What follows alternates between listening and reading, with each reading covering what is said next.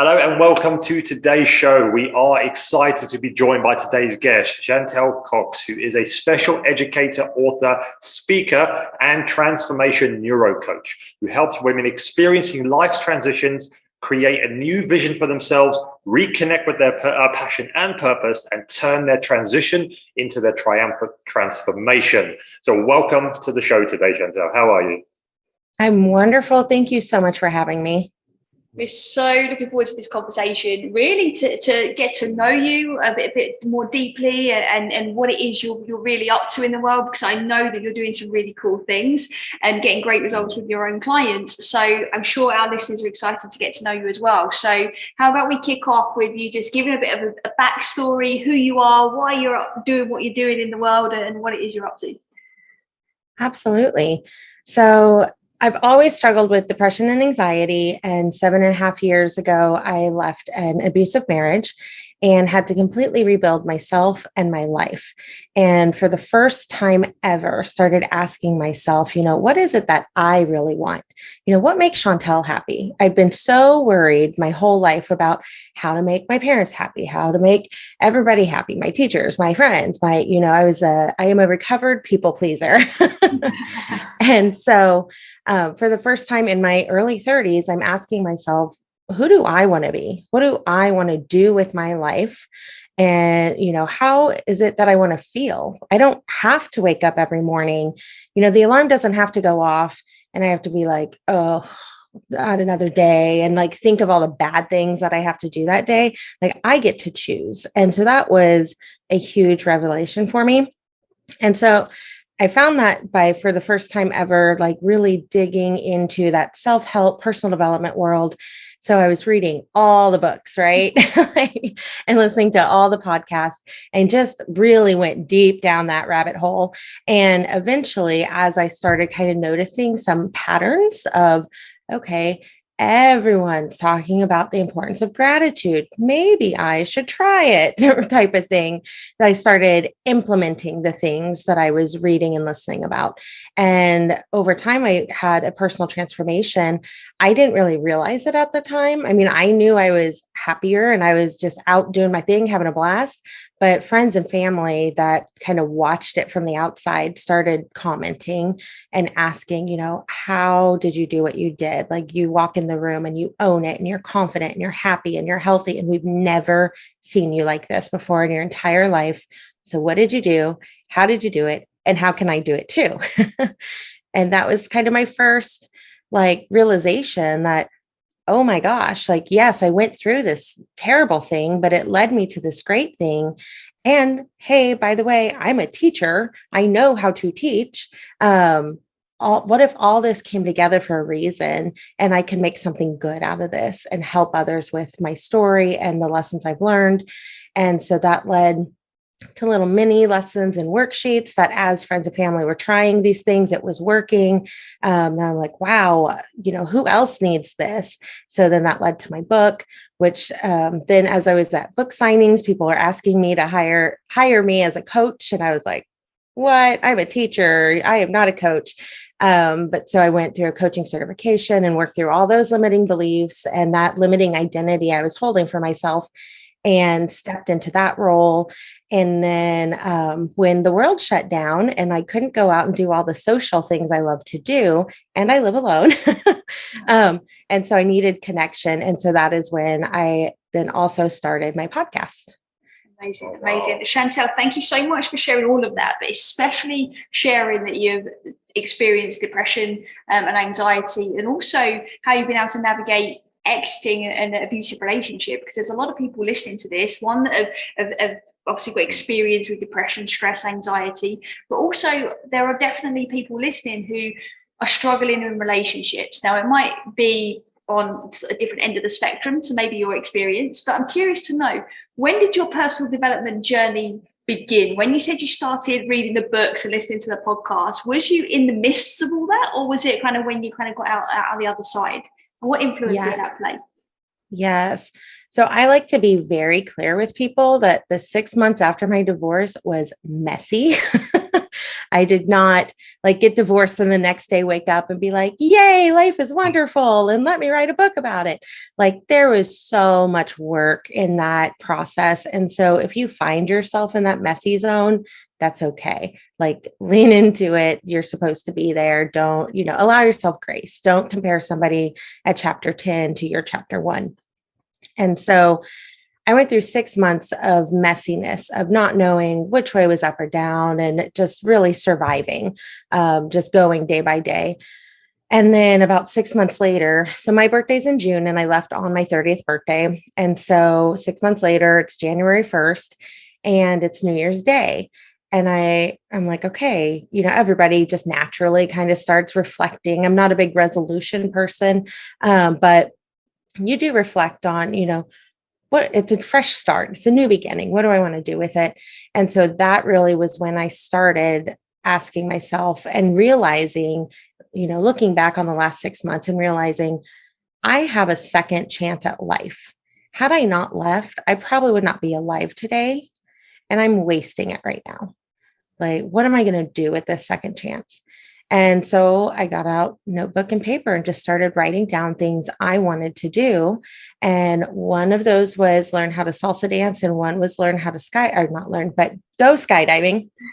And I live in Kansas, which is, very 4 seasons. So January is winter, it's snowy, skydiving is not open or an option.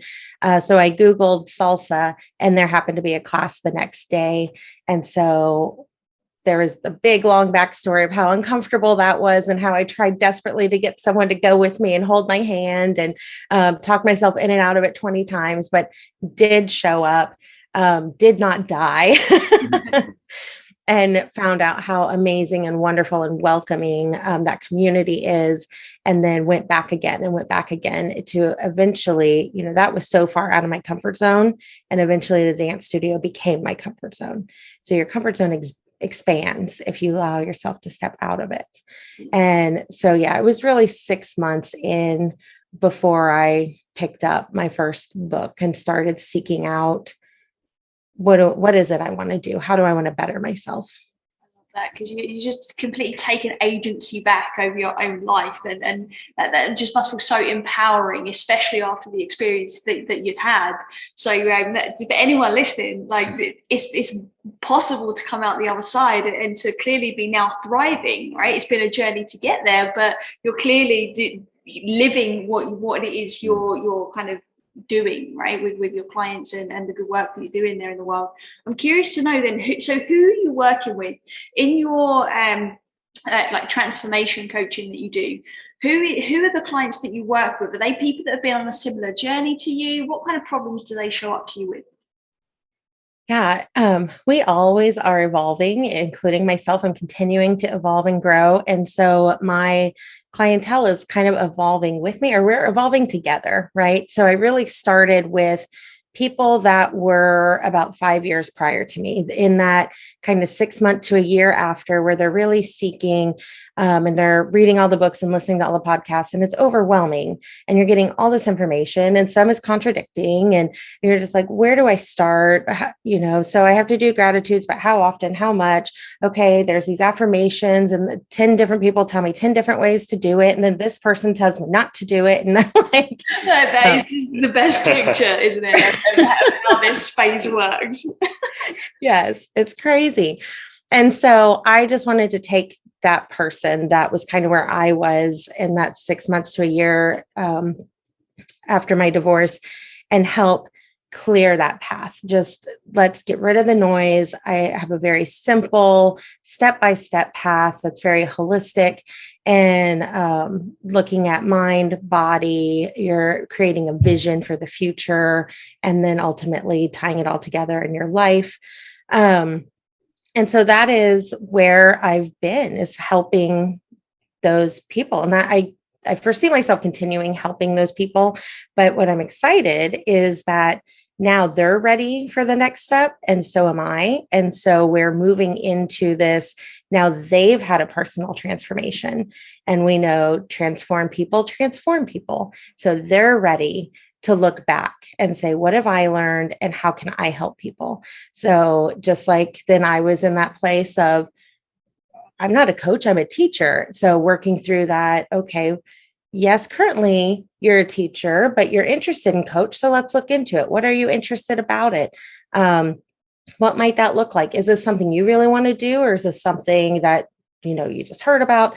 Deciphering through all that. And then if it is something you want to do, taking on the identity and taking the action steps to make it happen. And then finding that community to start giving back to. And not everybody wants to be a coach. I just use myself as an example, but one of my gals wants to just be a speaker, and she just wants to share verbally her story. She's like, I don't want to write about it.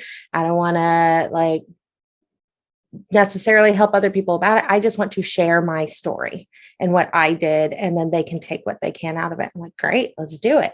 So everybody has their own unique talents and skills, and so we align that with them.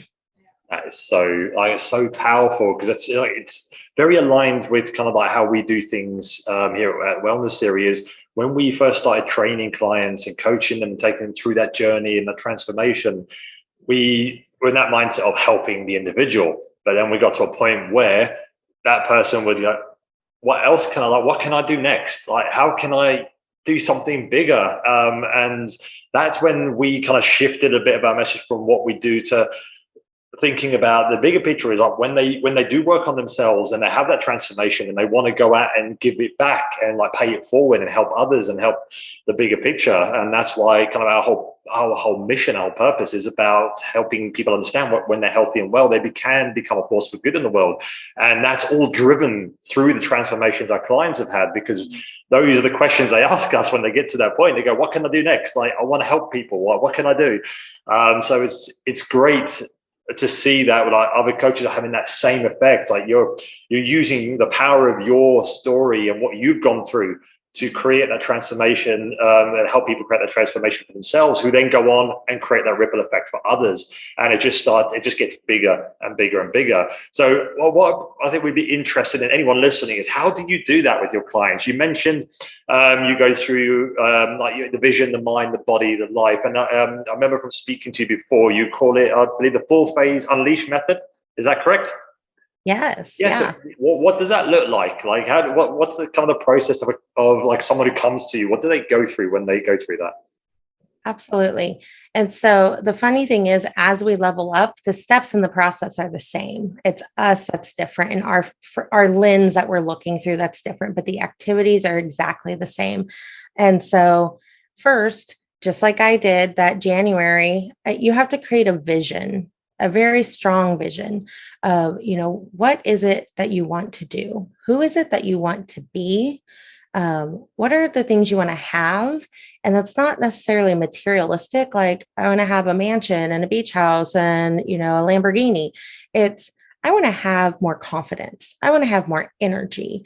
I want to have an impact on this world. So those things and those types of things.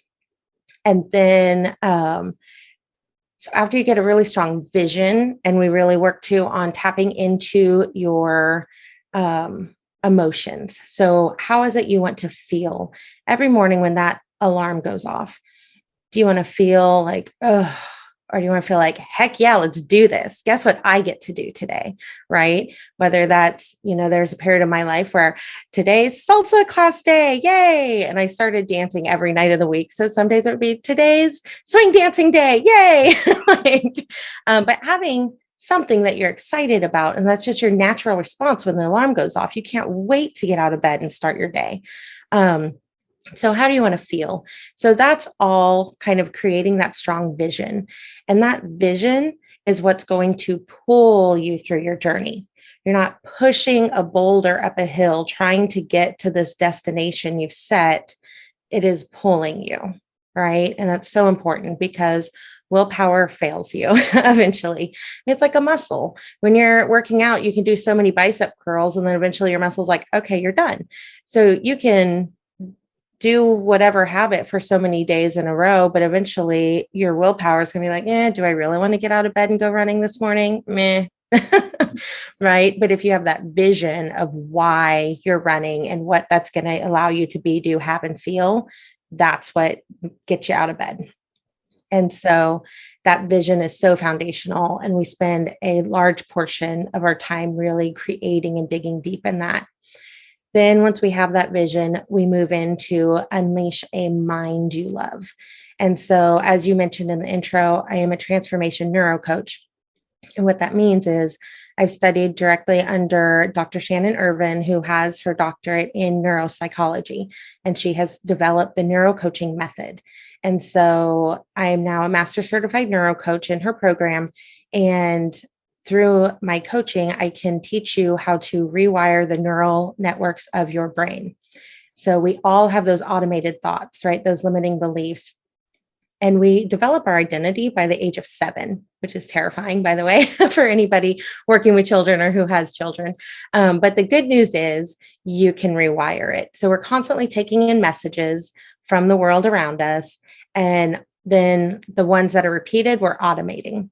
So we're automating things that we're seeing on TV. And that's why we have so much like, this is the way I should look. This is what I should buy. This is, because it's inundating us.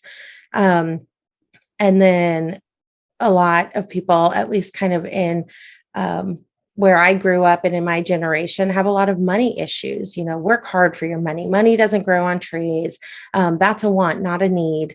And so all these things are guiding. So your beliefs and identity guide your decisions. Your decisions guide your actions, and your actions guide your results. So the vision is that result that you want. And so then we can go back up kind of that ladder and find out what are those beliefs and identities holding you back, rewire them so that you can change your decisions, actions, and results and get to that vision. So really getting out of your own way. So that's the unleashing a mind you love, phase 2. Then we move into phase 3, unleashing a body you love. And that is nothing about some number on a scale or anything like that. That is, are you putting things in your body that are fueling you and allowing you to do the things you need to do in order to live that life that you've envisioned? What are your daily habits? What are the little daily consistent routines that you are doing? Because it's so much about those small little things.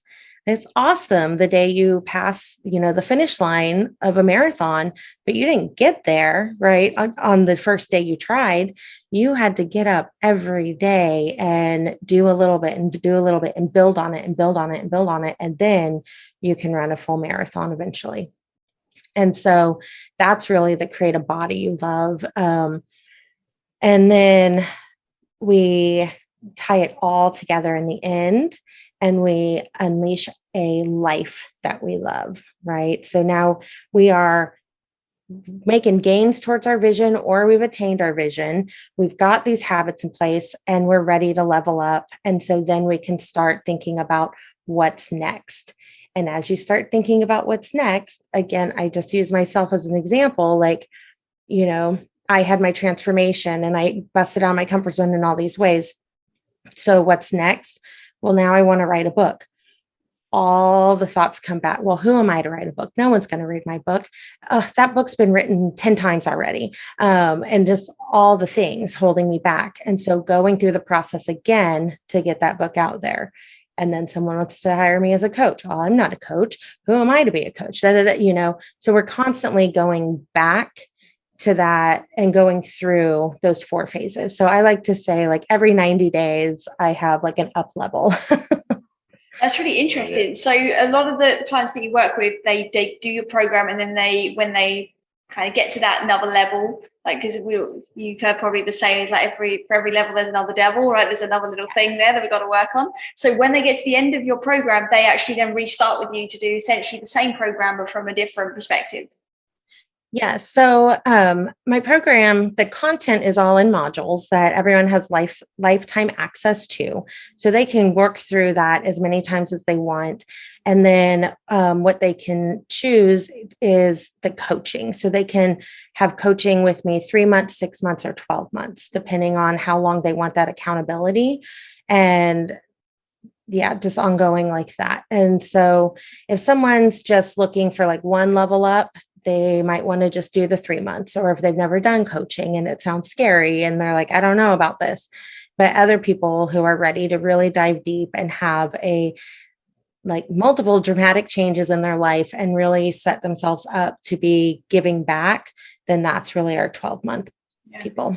Interesting that they kind of go back through that same cycle, because it's a really interesting message, because one of the things that we do here, and what we obviously talk about, is we create a lot of lasting change with our clients, right? We get to the root cause of the issue using some of the neuroscience techniques, some of the emotional release techniques, using obviously a bunch of other tools in quantum wellness and flow as well to allow them to do that. But then it's very interesting, because people kind of get to the end of coaching and it's like, okay, well what now then? It's like, is there anything else we can do? What else can we do? What else can we do? And it's like, well, the reality is you've got the tools now, you've got the principles, you've got the strategies. It's about knowing and understanding how can you future-proof yourself and know what tools it is to use and when you need them. Because I think there's a lot of coaches out there who are selling lies that they can basically wake up one day and then everything is just positive there on after, right? And it's like every day is going to be sunshine and rainbows if you come and spend your money on my coaching program. And I'm sure you probably get that cringy feeling, as I do, inside when you kind of see that. And it's like, oh, you're doing it such a disservice to what you could be doing, because I'm sure they have an incredible skill set. But I think sometimes we can really get confused by the messaging, and everyday people that are not in this space, they don't know it yet. They don't understand what's possible, what's not possible, and then how do they navigate that. So I find it really interesting that your message there is that, hey, we're going to keep doing the work. We're going to keep showing up. We're going to keep doing this, because it is important to keep doing the work. I think it's just important. Then, obviously, like you said earlier, is that people have their own agency to then own their progress as they continue to move. So, just one thing I wanted to kind of tap your brains on a little bit, just on your 4 phases, because I don't want to obviously go into all of them. We want to be respectful of everybody's time. But you mentioned there is like, as part of the vision, you help them to connect with their emotions, right? And you help them to really tap into those emotional states that are needed, so that we're not reliant on willpower and things like this. So how do you do that specifically? And is there any practical tips you could give any of our listeners to really tap into those emotional states that will help drive them forwards naturally? Yeah. There's a couple of activities embedded, but one of the first ones and the easiest to kind of explain, and one that a lot of coaches use, so you may use this in your space as well, is really tapping into your why. And so, and again, just because I've provided my backstory, so it's fresh in your mind, and I'm not making up some new thing or talking about a brand new client that I haven't even mentioned yet. So, I say, I want to write a book. Well, why do you want to write a book? Well, I thought about getting another master's degree, or sorry, I already have 2 of those, getting my doctorate, but that's a whole lot of money. And I don't know if I really want to go back to school. Like, I'm not feeling passionate about that, but I'm feeling kind of led. Okay. So, but why are you feeling led to write the book? And then you just keep going, why and why and why. And eventually it gets down to a very deep emotional thing. And mine was along the lines of, I want my story to help people. It wasn't just about, I want to write a book for the sake of writing a book, or to say I could or did, or, to become rich and famous, which you do not do, by the way. No. It was none of those surface level things that you probably initially come up with when you're like, I want to write a book. It's something really deep that triggers. And for me also, I don't have children of my own. It's something that I wanted. It's something that my ex-husband and I were just getting ready to begin working on, when then, I blew up my life and I left. And so 7.5 years later, I'm still unmarried. So now, I'll be 38 this June. And I've finally just come to the realization of that's just not in my journey. I'm just not going to be a mom, and that's okay. And I could go other routes, but when I really dig deep into, do I want to adopt? I was adopted. So I love that. I think it's beautiful, but ultimately I've now created this vision for myself that doesn't involve kids. I'm very happy and comfortable with that. So, but back then, the not having kids was such a part of my story and such a part of my emotions that writing the book was like a way to leave a legacy. Because someday when I pass around, it's not going to be my kids telling their kids about grandma, right?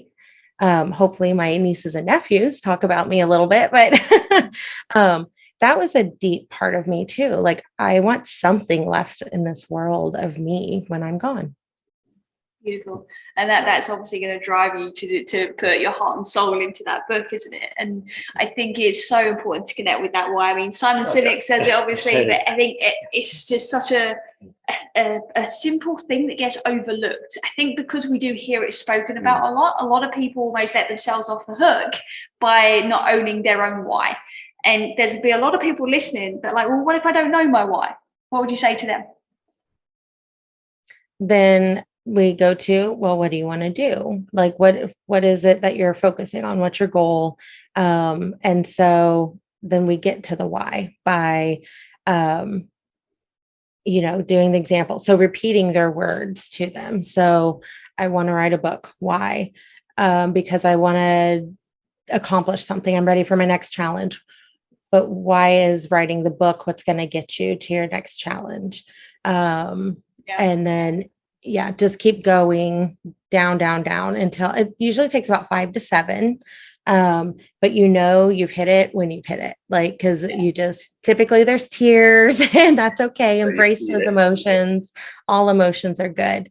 And so that's really, and then that why is what also is going to be part of that vision that pulls you. So you're not having to push. Yeah. Totally. Nice, definitely. And like exactly what you said about leaving that legacy as well through that book, even not just through the book, through the impact you have with your clients, is that legacy is always going to be there, because that impact you have with your clients through the book, anyone who reads it is going to create that ripple effect, and they're going to hopefully, again, I'll pass it on to others and inspire others, and that's where that legacy comes from. It becomes never ending.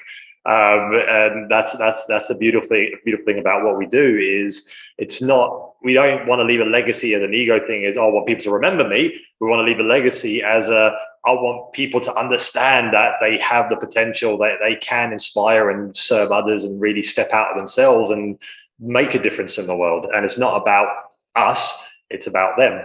And that's the legacy. People to understand that it is about them. And it's always been about them. And when they realize that, they do those great things. They step out of their little bubble and they start to think, oh, awesome, I can do this, I can do this, I can do this, I can have this impact, I can have that impact. And they really start to, again, create that difference and create that, or become a force for good in the world. One thing I want to tap into is, obviously on the intro I said part of your introduction was about the, what was this, turning your life transition into your triumphant transformation. So talk us through that, because that sounds epic. Like, what does that mean? Like, what does that mean? What does that look like? Yeah. So we're always going through some type of life transition. So some are natural. When you graduate and you get your first job and you get your first apartment or house, and you're doing that, that's all natural. But it's a big transition. At some point, if you are a parent, your kids leave the home and you're adjusting to that. That's a transition. If you leave a job, if you get a promotion, if you start your own business, and so you leave your 9 to 5, anything like that is kind of big transitions. And you also, if you're going through a health thing that impacts how you have to eat, how you live your life, that's a huge transition to do something new. So anytime you're going through a transition, you go back to that old identity is holding you back. And so you may be really excited about the new thing you're heading to, but you also can have space for the grieving and mourning of the end of some type of chapter, right? And so we talk about having space for both, allowing both, and then really, so recognizing and acknowledging that, number one, I'm in a transition and here's how I feel about it, and owning those emotions. And because our subconscious, it controls 90% of our actions. And so once you recognize those subconscious thoughts, then you can decide, am I going to let these hold me back, or am I going to do something about it? And so then you have the opportunity to reflect and respond. And so you get to decide, am I going to frame this transition as, why is this happening to me? Or, ooh, look what's happening for me. Right. And so there's so many things out of our control. COVID, right? Like, hello, all that happened. All the things that have happened these past several years are out of our control. But who do you want to be during that transition? You get to control that. And so divorce is a great one too. You know, who do I want to be during this transition? Especially if there are children involved. You know, do I want to be the parent who's in court and fighting, and it's nasty and it's ugly and the kids see and it's very divisive and it's just awful?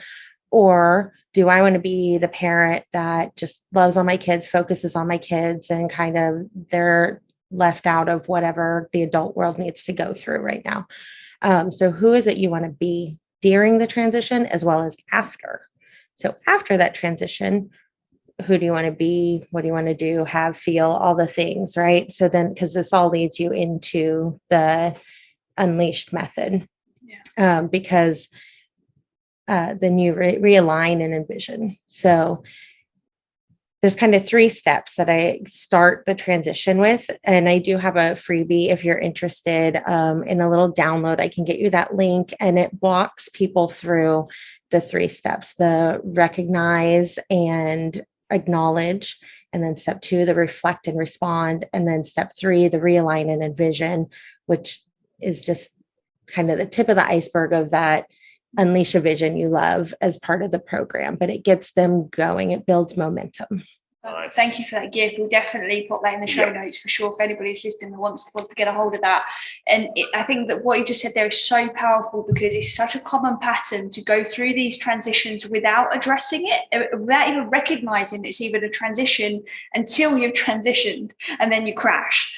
Right? I witnessed this when my parents got divorced. I at the time, I was only young, right? So I wasn't aware of this until later, when I can now reflect back onto it. But it's exactly that. It was like my mom was going through it all. She was dealing with it all in the best way that she could. But I don't really know that she ever consciously decided, okay, who am I going to be during this transition? My dad definitely didn't, but my mom, I'm not sure. But by the end of it, it was like, okay, well, when actually I think when those papers were finally done, we were finally settled in a new home and this kind of stuff, it was then where suddenly it all hit her like a ton of bricks. And I think, had there been a different level of awareness, different level maybe of support at that time, and all of those things, maybe that crash wouldn't have been as intense as what it had to be.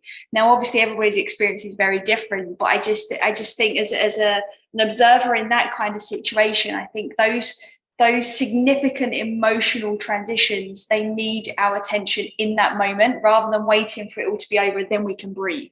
I think that can just do so much more harm than good to the individual that's suffering during that transition. But even on a small scale, I remember when I left, I want to say 9 till 5, but it was more like a 7 till midnight kind of role. And when I left, and to obviously like start our own business, it was so interesting for me just recognizing the patterns that I got into with regards to like work. And John's laughing at me because he knows exactly how I was. Because I was like, okay, well, it's this time, I should be doing something. I should be at a meeting. I should be doing this. I should be doing that. And he's like, why? You can do whatever you want now. And I'm like, how's that? Like, and I really did have to like just go in and realign, readopt. Okay, well, what does a work day actually mean to me? What, not all these years working for somebody else, what does it look like for me? So I think anybody listening, you can think about obviously everything that Chantal was talking about on many different levels. And I think it's just so important to look at those transitional moments, because they're so important and often get so neglected. I'm so happy that you brought that up today. Excellent. Definitely. I kind of went through, I think the opposite thing to Charlotte when my parents got divorced. I think my thought process was, yay, 2 Christmases. That was my thought process at the time. And I didn't understand why my sisters were upset. I was like, what's going on? It's like, is it no good thing? You get 2 birthdays, 2 Christmases. And it took me a while again a long while to get to that point of, okay. It's like, yeah, again, like it hits you and then you start to realize what actually happened and what has been happening. And like Charlotte said, our parents are very, very similar. Very similar. They're not the same parents. No, they're not the same parents. Let's just be clear. Similar in terms of tendencies, mentality, and the same thing is my mum decided to show up as like someone who didn't want us as the kids to go through that and tried to like shield us from that. Whereas my dad had the opposite thing, not consciously. It's just he decided to show up how he wanted to show up in a very unresourceful way. But I completely agree with what Charlotte said. If anyone who's going through those transitions, no matter how small or how big, if they have that support system around them and they have that guidance there, it does make that transition much easier and less intense and less painful to go through as well, depending on obviously the transition, depending on the person, which is why obviously like people like yourself who are out there helping people go through that transition and understand what they're feeling, what they're thinking, what's happening, and understand that every time they want to go back and do so or go to another level, they're going to be transitioning again, and some of these old patterns and old emotions might come up. So it is. Yeah, it's just very interesting when you think about it like that. And I think anyone listening can take, so if you are going through that transition, or if you can think about a time when you went through that, is like finding that support system, finding that guidance, I think is vital to help, because again, we can't do any of this stuff alone in life. We can try, but there's a lot of suffering involved. So I think the more support we can have and the more people we can have to help us, it does make such a big impact, hugely. One of the things that I love about you, Chantal, right now, if anybody's listening, you won't be able to see this. You'd have to hop on over to kind of YouTube to look in the background. But there's a kind of a plaque or a painting behind you that says "Create a life you love." Yes.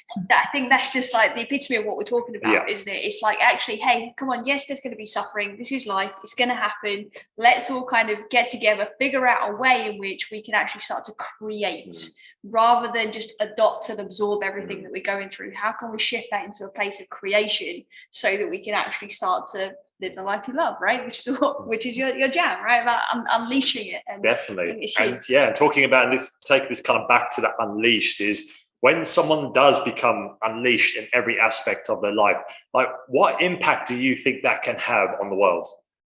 Oh my goodness. Big question. Oh wow, what a beautiful vision. Yes, for me, unleashed is when you finally let go of all those things. Let go of, well, you're 37, you should be married, you should have kids, you should, and if you don't, then, what are you doing about it, or what's wrong with you? So it's releasing all the shoulds that get put on you that you don't care about, right? That you only care about because you think you should. So once you figure out what is it that I want, then you can cut all those ties, cut all those things, and stand in your own empowered space and unapologetically be like, because I don't want to be married and because I don't want to have kids, because I'm building a business and I want to travel and I want to do all these amazing things and leave this amazing impact and help all these people. And that's what I'm excited about. Like, so don't worry about what else I'm doing with my life. Like, I just get to live my life on my terms. And that's what I love helping my clients do. Figure out what are those kind of leashes holding them back, and then how to start cutting them, and then how to step into that unapologetic space and just really be fully unleashed and go forward.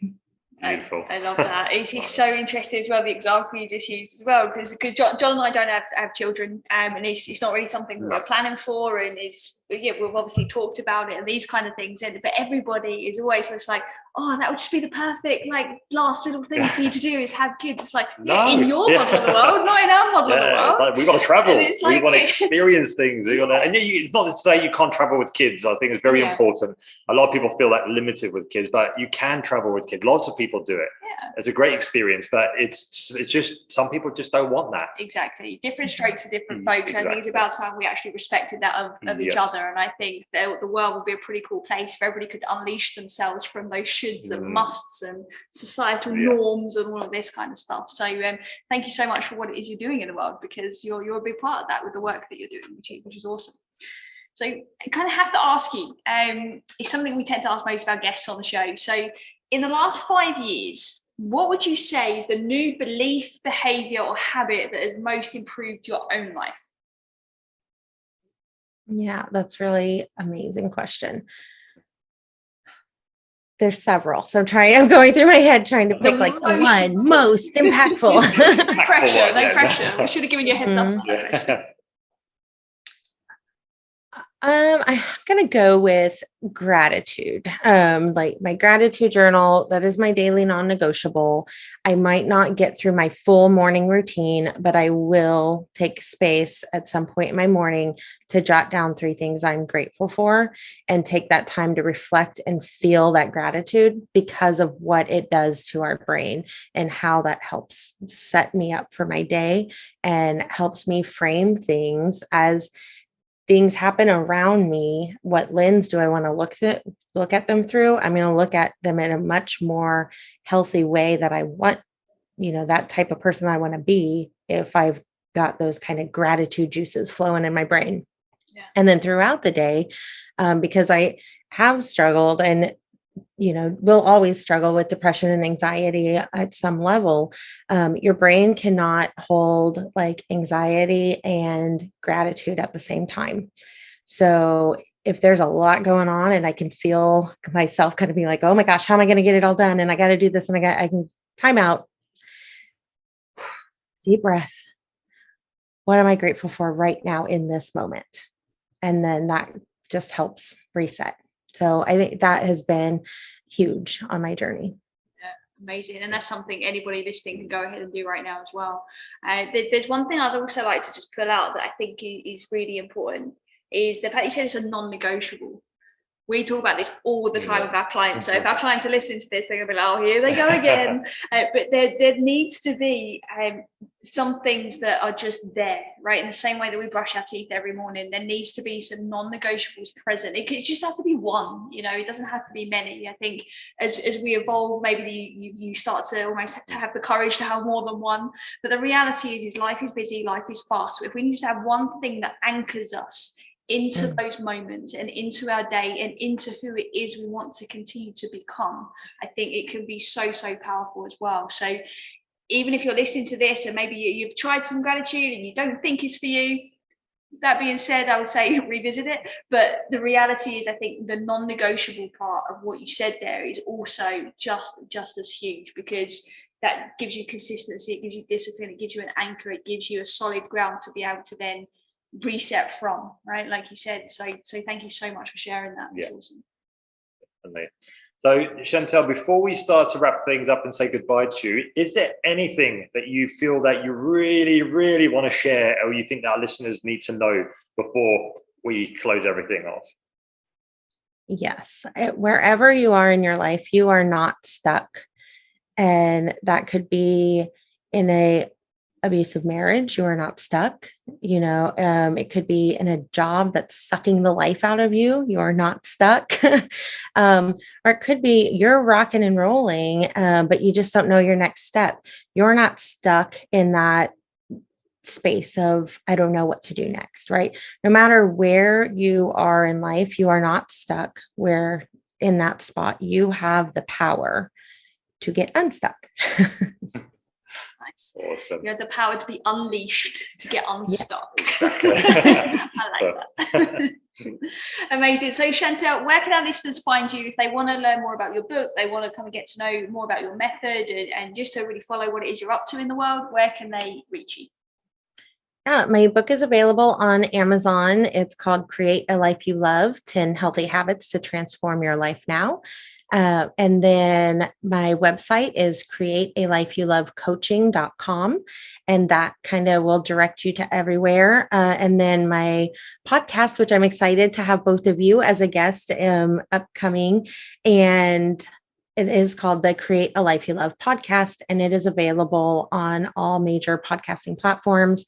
I am most active on Facebook. I've got a Facebook community, the Create a Life You Love community, really kind of growing right now. And we're doing some cool things in there. So come hang out with us.